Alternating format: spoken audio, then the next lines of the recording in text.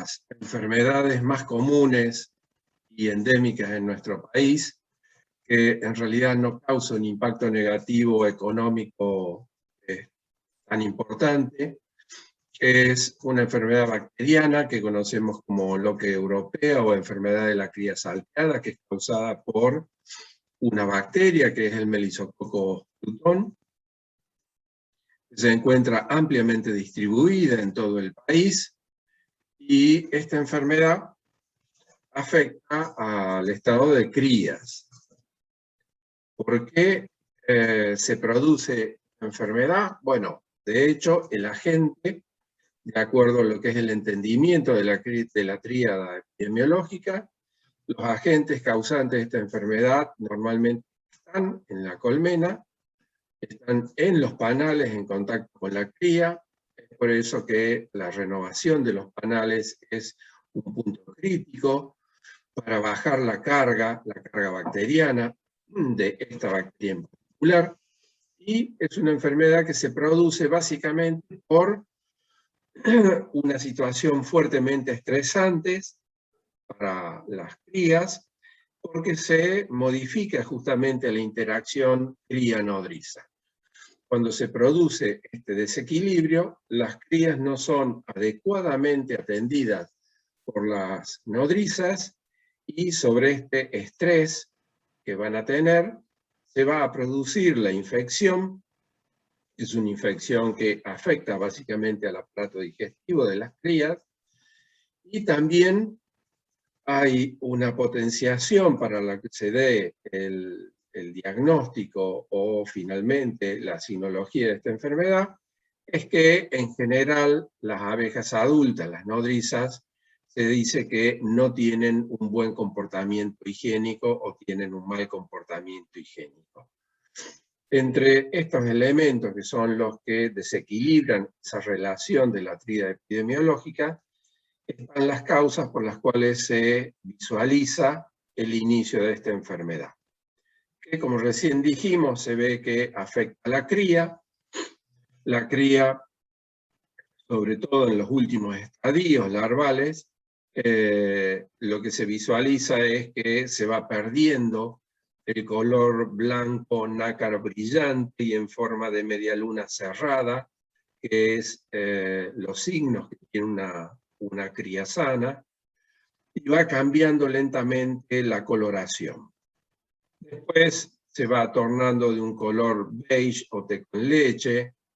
Puede ser también que presente una mala ubicación o una ubicación incorrecta dentro de lo que es la celda. La cría tiene que estar en el fondo de la celda en forma de media luna. Esta imagen que se ve acá es cuando las larvas se empiezan a descolocar o mal ubicar en el fondo de la celda y empiezan como a querer estirarse a lo largo de la celda.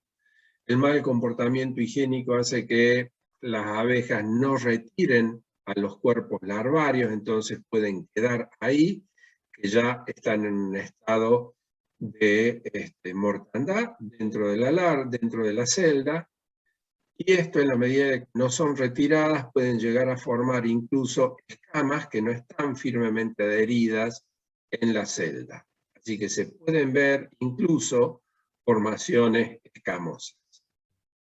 Todo esto lo que nos da es este cuadro de cría salteada, en la cual se visualizan que no hay una postura o un operculado homogéneo, sino que esto parece un damero o un tablero de ajedrez, en donde se ven que hay celdas operculadas y celdas en donde hay crías, como acá, que tienen claramente un aspecto que no corresponde a esta de aquí, que no corresponde a lo que son las larvas sanas.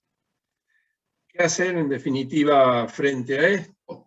Bueno, algunas de las medidas que se pueden adoptar es, por ejemplo, si vamos a echar mano del uso de antibióticos. En este sentido, lo que tenemos que recordar es que ya desde hace varios años desde el 2016, no hay antibióticos autorizados para ser usados en la apicultura.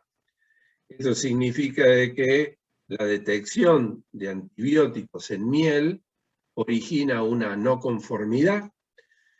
Frente a esta no conformidad, se ve cuál es el origen de esa miel, qué productor y de qué apiario es el origen de esa miel, y va a ser notificado por esa no conformidad, y la consecuencia de esto es que va a ser incluido dentro de lo que se llama la lista EAR, o lista de establecimientos con antecedentes de residuos. Y es un trámite engorroso y costoso para el productor ingresar en esta lista EAR. Otro de los aspectos que se puede desarrollar es esto, que es la alimentación y la estimulación. Lo que se busca es esto, es un aumento temporal del comportamiento higiénico para que las abejas limpiadoras retiren los cuerpos larvarios muertos fuera de la colmena, no dejen que siga proliferando las bacterias ahí, aumentando la masa contaminante. Otro de los aspectos es retirar, fundir los panales con crías que están seriamente afectados y los que están con alguna afectación también. Esto puede tener un origen genético, ya sea por una mayor susceptibilidad a esta bacteria o un comportamiento higiénico poco aceptable. Entonces, si esto tiene una raíz genética, se puede pensar en lo que es el cambio de reinas por reinas que manifiesten un mayor comportamiento higiénico y una menor susceptibilidad a esta enfermedad. Puede ser que haya problemas de desnutrición, por lo tanto hay que controlar en periodos críticos, principio y fin de temporada, que la colonia no tenga problemas de subnutrición. Esto también puede estar asociado a fuertes procesos de parasitismo por barrosis, por lo tanto hay que mantener controlada la barrosis dentro de las colmenas, y lo que no se debe hacer es incluir o incorporar a estas colmenas cría sana de otras colmenas para que reforzar el nivel de individuos que tiene la colmena que está siendo afectada. Como así tampoco llevar cuadros afectados por esta enfermedad loca europea a colmenas fuertes para que esas colmenas limpien este material. La próxima enfermedad que podemos ver es el de Loquia americana, que también es una enfermedad bacteriana que afecta a las crías.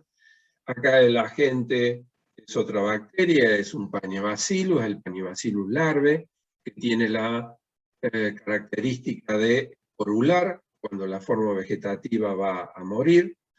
En esta imagen se ve lo que es un panal de cría operculada sano, lo que es un panal de cría operculada sano, y lo que es un panal de cría que no corresponde a ninguno de estos dos diseños, sino que también se ve una especie de tablero de ajedrez o de damero en donde hay cría operculada, cría no, celdas vacías, etc.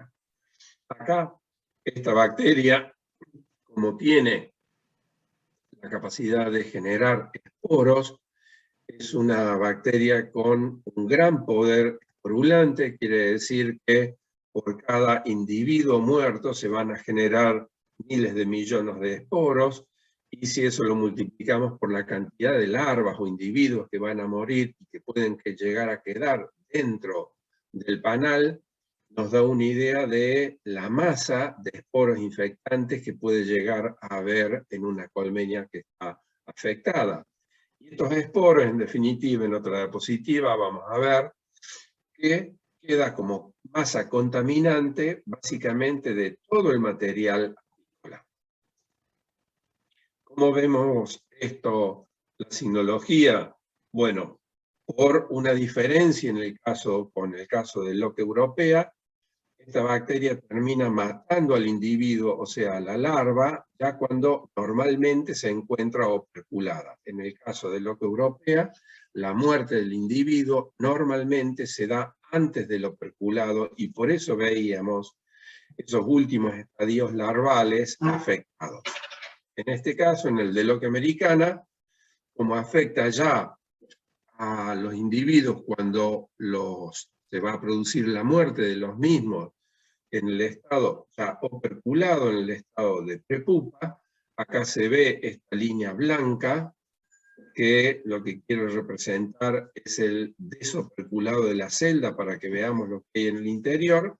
Lo que se observa es también un cambio de coloración y la muerte del individuo y la consiguiente deshidratación, con lo cual este individuo, esta masa contaminante, va a quedar sobre los lados o las paredes inferiores de la celda, formando lo que comúnmente llamamos una escama. Al principio, con un mayor grado de humedad, es lo que llamamos una masa informe, chiclosa, gelatinosa, y finalmente, en la medida que esto se va disecando y queda ahí en las paredes inferiores de la celda, va a formar lo que llamamos normalmente una escama.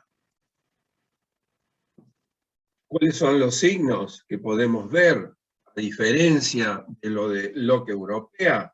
Bueno, en el caso de Loque europea, normalmente los individuos que están ya operculados, en la mayoría de los casos, van a seguir curso y van a nacer. En el caso de Loque americana, lo que está operculado es lo que veíamos en la diapositiva anterior, puede llegar a contener un individuo afectado muerto ahí adentro. Por lo tanto, el opérculo no va a tener el mismo aspecto, van a ser opérculos que normalmente pueden presentarse como deprimidos, grasosos, húmedos o grasientos.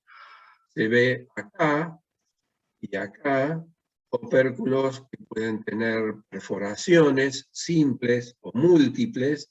Eso tampoco ocurre en el caso de Loque europea. En el caso de Loque europea, no es frecuente que la colmena tenga un olor característico, salvo el nivel de difusión, esté ampliamente distribuido. La enfermedad, en ese caso, sí va a tener un olor característico. Y en el caso de Loque americana, algo típico es un olor muy fuerte, persistente, desagradable, que incluso, muy típico es ese olor, incluso se puede llegar a sentir, dependiendo del grado de difusión que tenga esta enfermedad dentro de la colmena, aún cuando la colmena está cerrada. Si bien podemos identificar olfativamente cuál es ese olor típico de la enfermedad, esto nos ayuda a que cuando abrimos una colmena para una revisión, empezar a sentir si percibimos ese olor o no. Luego, podemos desopercular estos opérculos que están con una conformación bastante dudosa, y podemos ver si en el interior hay estos individuos muertos que adquieren una conformación gelatinosa o de gelatina consistente, en la cual si queremos poner un palito para sacarlo, se va a formar lo que se llama el chicle, ¿sí? Es una consistencia bastante uniforme que va a dar al tratar de retirarlo, o vamos a ver cómo se puede llegar a visualizar en el panal las escamas que pueden llegar a quedar como consecuencia de los signos de esta enfermedad. Los diagnósticos, bueno, los diagnósticos que estuvimos viendo recién son diagnósticos a campo, todo lo que estuvimos comentando recién, incluso lo de meter un palito para ver si podemos retirar con facilidad ese individuo muerto. Cuando eso ocurre, que se puede retirar con facilidad y sale la larva o la prepupa toda entera, es probable que sea un caso de Loque europea. Cuando es Loque americana, es muy difícil poder retirar al individuo completamente sin romperlo, y se forma esta estructura que llamamos de chicle.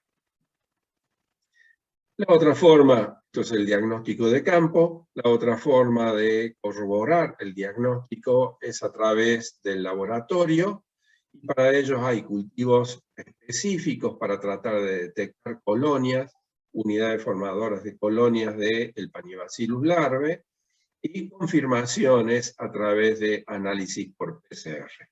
Por lo tanto, el cuadro clínico respecta a estos aspectos que estuvimos viendo: el olor típico, el aspecto, los opérculos, al desopercular tratar de retirar al individuo, las formaciones de chicle, y en el cuadro la formación de las escamas. Como recién comentamos, el hecho de que este individuo genera una alta cantidad de esporos es lo que determina que todo el material, todo el material dentro y fuera de la colmena, las herramientas con las cuales se trabaja en lo que es la revisión de las colmenas, todo queda altamente contaminado con el reservorio, que son los esporos. Por lo tanto, se requieren medidas de saneamiento inmediatas.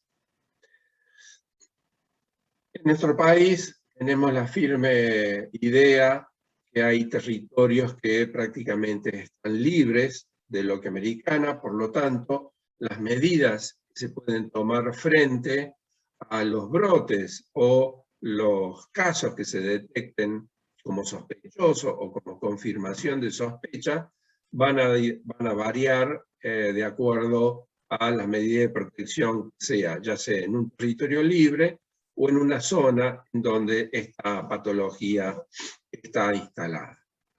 En un caso va a ser prácticamente la destrucción del material y el entierro de todo ese material, ya sea el vivo y el animado, y en el otro caso, las medidas de saneamiento van a estar directamente relacionadas con el nivel de dispersión o de difusión o de diseminación que tuvo, ¿no es cierto?, estos individuos o esta enfermedad dentro de la colonia y en colmenar. En estas zonas consideramos que el brote va a estar superado a las 6 u 8 semanas en la primavera o el otoño siguiente, sin que haya manifestaciones nuevamente de los signos clínicos de esta enfermedad. ¿Cuáles son las medidas o los tratamientos? ¿Sí?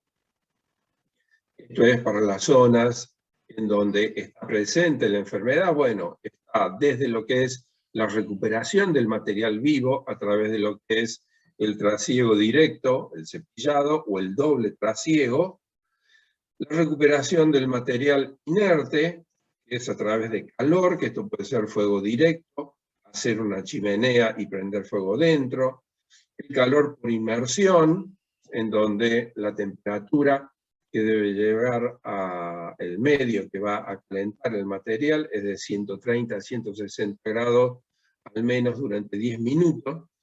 También está la forma de recuperarlo por calor y presión, esto es por especies de autoclaves.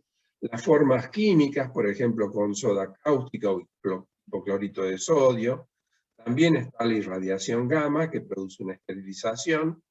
Y la otra alternativa, que en definitiva es lo que muchos apicultores han desarrollado a lo largo de todo este tiempo, a medida que han ido reconociendo la enfermedad, es directamente la eliminación del material vivo inerte. Con esto se garantiza que todo el material infectante en realidad queda destruido y tapado en la tierra. La otra enfermedad, estamos hablando de nocemosis, que es una enfermedad que afecta a los individuos adultos, es una enfermedad que proviene de estos organismos, que es actualmente tenemos mezclas de Nosema apis y Nosema ceranae, en la cual en nuestro país se está produciendo una diferenciación importante en distintos hábitats, en donde están quedando remanentes o relictos de Nosema apis, y ha predominado las infecciones por Nosema ceranae, que corresponden a infecciones del aparato digestivo de los individuos adultos. La patogenia de esta enfermedad es que los individuos adultos ingieren alimento o agua contaminada con los esporos de esta Nosema ceranae, y estos esporos terminan germinando en el intestino, en la primera porción intestinal, eyectan el contenido nuclear de los esporos, y en el tejido epitelial se van produciendo las sucesivas fases hasta formar nuevos esporos. Cuando se terminan de formar los nuevos esporos, las células colapsan, mueren, estallan, liberan nuevas esporas al lumen del tracto digestivo, lo cual producen reinfecciones dentro de lo que es el sistema digestivo de los adultos. ¿Cuáles son los daños? Bueno, los daños son consecuencias directas de lo que es un proceso de desnutrición importante, y por el tejido que está siendo afectado, que es el tejido que se encarga justamente de transformar los alimentos en nutrientes, que se ve cada vez más afectado. Vemos que se ve afectado seriamente el metabolismo digestivo. Las abejas de fin de temporada son las que tienen que hacer las reservas corporales, que son las que le van a permitir transcurrir sin mayores inconvenientes el otoño y el invierno. Por lo tanto, ese tipo de abejas a esa altura del año van a ver seriamente afectado, ¿no es cierto?, esas reservas corporales. Por lo tanto, esto les va a llegar a cortar significativamente la vida en ese periodo. Afecta el sistema inmunológico, el sistema glandular endocrino y exócrino, la comunicación interespecífica, la formación de jalea real a través de lo que es la atrofia de las glándulas hipofaríngeas y mandibulares. Esto lleva, en el caso de la reina, al atrofio de las ovariolas, que es la producción de los futuros huevos, disminución de la longevidad, y a la ineficacia de todas y cada una de las funciones que tanto la reina como las obreras tienen que cumplir a lo largo de su vida. En definitiva, ¿qué vemos en colmenas afectadas por nocemosis? Bueno, normalmente una gran pérdida de colonias en el periodo otoño-invernal, las poblaciones se ven reducidas significativamente. Esto hace que tengan un muy lento desarrollo primaveral, pérdidas y recambios frecuentes de reinas. En las crías, en las larvas jóvenes, se observa, ¿no es cierto?, un estado como que si estuviesen secas, porque no se produce la suficiente cantidad de jalea real. La jalea real va a ser el alimento que va a nutrir las larvas en esos primeros estadios, que son críticos para la correcta nutrición de estos individuos a lo largo de su vida. Un gran consumo de miel durante otoño e invierno, y obviamente estas colonias, si sobreviven, van a tener un muy bajo nivel de producción en la próxima temporada. ¿Cómo podemos tener una idea de un diagnóstico a campo? Bueno, se va a ver abejas adultas con abdómenes dilatados, abejas adultas con temblores, eyecciones en las colmenas, abejas adultas arrastrándose sin poder volar. Si hacemos una observación directa de los ventrículos, los vamos a ver flácidos e inflamados. Los ventrículos los podemos ver con pústulas blanquecinas. Los cambios frecuentes de reinas, ¿no es cierto?, y lo que estábamos comentando recién, las larvas secas. Y cuando vemos más de uno de estos síntomas o signos en la colmena, podemos pensar a campo que el diagnóstico corresponde a nocemosis. Estos diagnósticos de campo, en definitiva, se tienen que dar varios al mismo tiempo, porque cada uno de estos diagnósticos en realidad no es específico para el caso de nocemosis y pueden responder a otras enfermedades. El problema es cuando tenemos varios de estos síntomas o varios de estos signos en una misma colonia, en un mismo momento, en donde probablemente nos indique que estamos en un problema con el problema de nocemosis, ya sea relativamente tarde como para poder sacar adelante a las colmenas. Entonces, como no tenemos en los diagnósticos de campo los síntomas específicos para que a partir de la visualización de uno solo podamos tomar medidas para el control de esta enfermedad, es que es necesario contar con el apoyo del diagnóstico laboratorial. ¿Sí? Para ello, lo que debemos hacer es tomar 6 colmenas, ¿sí?, del apiario en donde nos está mostrando estos signos, 6 colmenas, considerando que el apiario tiene 60 colmenas, o sea, muestrear con muestras individuales el 10% de las colmenas. Si tiene más del 60%, se tomará el 10%, y si tiene menos de 60 colmenas, se toman 6 muestras igualmente. Las muestras van a ser individuales, o sea, de cada colmena se va a extraer 100 abejas. Estas abejas tienen que ser las abejas forrajeras. Esto quiere decir que no se deberían tomar muestras de abejas del interior de la colmena, por lo cual hay que esperar a tapar la piquera para esperar a la vuelta de las colmenas, perdón, de las abejas, para tomar estas abejas adultas forrajeras, y las abejas se pueden conservar en los frascos con alcohol. Alcohol puro, alcohol 96%, alcohol etílico 96%. Con esto vamos a conservar estas abejas, se van a remitir al laboratorio para que nos den el nivel de recuento esporular que va a tener la muestra, esa muestra representativa de esa colmena, y lo que nos va a dar el resultado es la abundancia esporular, o sea, la cantidad de esporos promedios por abeja de esa muestra y esa colmena. La transmisión de los esporos es a través de la misma deriva de las abejas, del intercambio de materiales, encierros prolongados, debido, por ejemplo, a mal tiempo, el pillaje, y lo mismo que la contaminación de las fuentes de agua o de forraje de las abejas.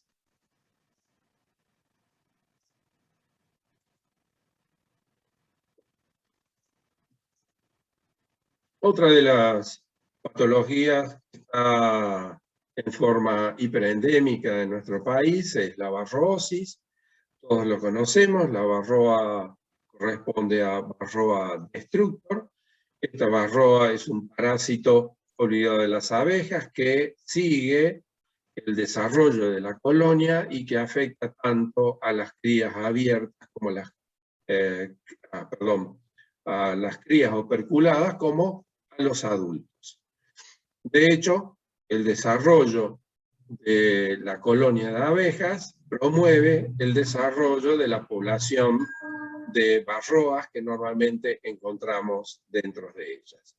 Para entender el ciclo de varroa, consideramos, ¿no es cierto?, o debemos considerar que los machos alcanzan una madurez sexual antes que las hembras de varroa, y considerando que antes de la operculación, una hembra fundadora, una hembra fértil de varroa, va a ingresar y se va a ubicar en el fondo de la celda, unas horas antes del operculado. Cuando se produce el operculado, después de un tiempo determinado, se va a producir la alimentación de esta hembra que ingresó a partir de la pupa del individuo que está en la celda operculada. Se va a producir el periodo de facultación de esta hembra para que empiece a la puesta de huevos. cada una determinada frecuencia de horas, y estos huevos van a dar origen primero a un macho y después a una sucesión de hembras. El cruzamiento del macho con las hembras es lo que va a permitir que volvamos a tener hembras, ¿sí?, fecundadas, potencialmente ya fecundadas dentro de la celda, aparte de la varroa fundadora que ingresó. Es importante entender esta sincronía entre varroa y abejas para entender por qué tenemos tantos ciclos de varroa a medida que vayamos teniendo tantos ciclos de abejas, y por qué en las celdas de zánganos, en las cuales el periodo de operculado se alarga, vamos a tener mayor cantidad potencialmente mayor cantidad de hembras fecundadas para una nueva generación de varroa. Los signos clínicos, podemos ver abejas en los signos clínicos graves, tanto en crías como en adultos, abejas con alas deformadas, abejas de tamaño y peso corporal más chicos. En el caso de los cuadros clínicos graves, en las crías, si desoperculamos alguna celda, vamos a encontrar algunos individuos de varroas o, dependiendo del nivel de infestación que tienen, colonias de varroas dentro de las crías, y preferentemente dentro de las crías de zánganos, donde mayor probabilidad tenemos de tener más cantidad de celdas infestadas con mayor cantidad de varroas. El diagnóstico, si bien existen varios métodos de diagnóstico, el más comúnmente utilizado e indicado para tener una idea del nivel de infestación es el método del frasco de John modificado por Marcangeli, que indica que tenemos que tomar de cada colmena entre 200 a 300 abejas. Estas abejas adultas deberían ser preferentemente nodrizas, por lo tanto debemos sacarlo de 3 cuadros, el centro del nido de cría, preferentemente de cría que no esté operculada. Eso es lo que nos da es más chances de poder captar mayor cantidad de nodrizas dentro de la muestra del frasco. ¿Por qué? Porque dentro de lo que es la población de nodrizas es donde más chances tenemos de encontrar a las varroas en el estado forético. Acá también tenemos que tomar 6 colmenas como muestras individuales con esta cantidad de abejas de cada colmena, y si el apiario tiene más de 60 colmenas, hay que muestrear el 10% de las colmenas. Lo que hay que tener acá en cuenta es que no tenemos un método diagnóstico que sea 100% fiable para que nos indique el estado de infestación de varroa dentro de las colmenas, y para ello, este método, lo que tenemos que tener en cuenta es que va a haber una variación en el nivel de parasitismo que encontremos de acuerdo a la relación de varroas foréticas o varroas reproductivas, ¿sí? Esto quiere decir que cuando la colonia está empezando a desarrollar, en donde vemos una población de abejas adultas muy superior en relación al área de cría, sobre todo de cría operculada, esto nos va a dar una mejor idea de la cantidad de varroas totales que hay, porque van a estar casi todas en estado forético. En cambio, cuando la colonia ya tiene un nido de cría muy desarrollado, es probable que encontremos la mayor proporción de la cantidad total de varroas en el estado reproductivo, o sea, en la cría operculada. ¿Qué vamos a tener en cuenta para los controles de varroa? Tenemos una situación bastante heterogénea en cuanto al impacto que tiene la varroosis a nivel del país. En general tenemos abejas que son bastante susceptibles en la mayor región apícola del país, que es la región pampeana. Esta susceptibilidad hace que no haya una buena relación entre la población de abeja y la población de varroa, lo que determina que alguna medida de control tenemos que tomar, porque de lo contrario no se va a dar el equilibrio que habíamos hablado al principio en esta tríada epidemiológica. Así que, para la mayor parte de la superficie donde están instaladas las colmenas en nuestro país, lo más probable es que haya que tomar varias medidas para que mitiguen el efecto negativo de la varrosis sobre las colmenas, entre las cuales va a estar alguna medida de control específico. En cuanto a la medida de control específico a través del uso de productos con efectos acaricidas, lo que hay que resaltar es que los productos que vamos a llegar a utilizar para controlar las varroas en un tratamiento químico tienen que ser autorizados por el SENASA. No se permite el uso de productos con efecto acaricida que no estén autorizados por SENASA para uso en apicultura. Pero a su vez, no tenemos que asociar que el hecho de tratar químicamente a las colmenas para controlar la varrosis va a ser la herramienta para que ejerza efectivamente el control de la misma, sino que es una medida para adoptar en lo que es la mitigación de los daños que produce la varrosis.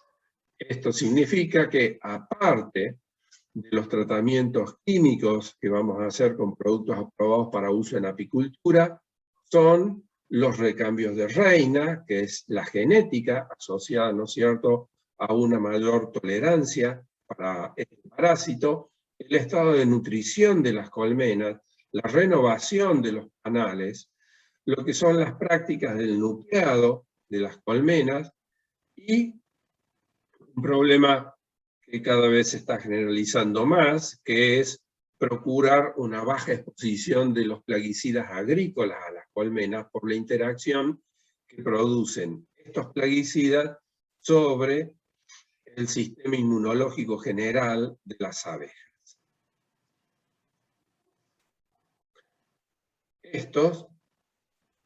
Hay un material que se le ha entregado, que está en el manual de enfermedades de las abejas, en donde se hacen hincapié en una serie de recomendaciones específicas para lo que es el manejo integrado de la parasitosis, entre ellas, por ejemplo, la alternancia de los productos que van a utilizar para hablar el problema de la varrosis, y en el caso de los productos que se van a utilizar, la necesidad de usarlo de tal forma para incorporar en forma más progresiva productos que comúnmente llamamos de la línea verde. Y dentro de los productos de la línea verde, utilizar el producto o los productos que incluso pueden estar indicados para ser usados durante el periodo de la mielada, porque así están probados y ensayados que los productos no dejan residuos en miel y los productos de la colmena.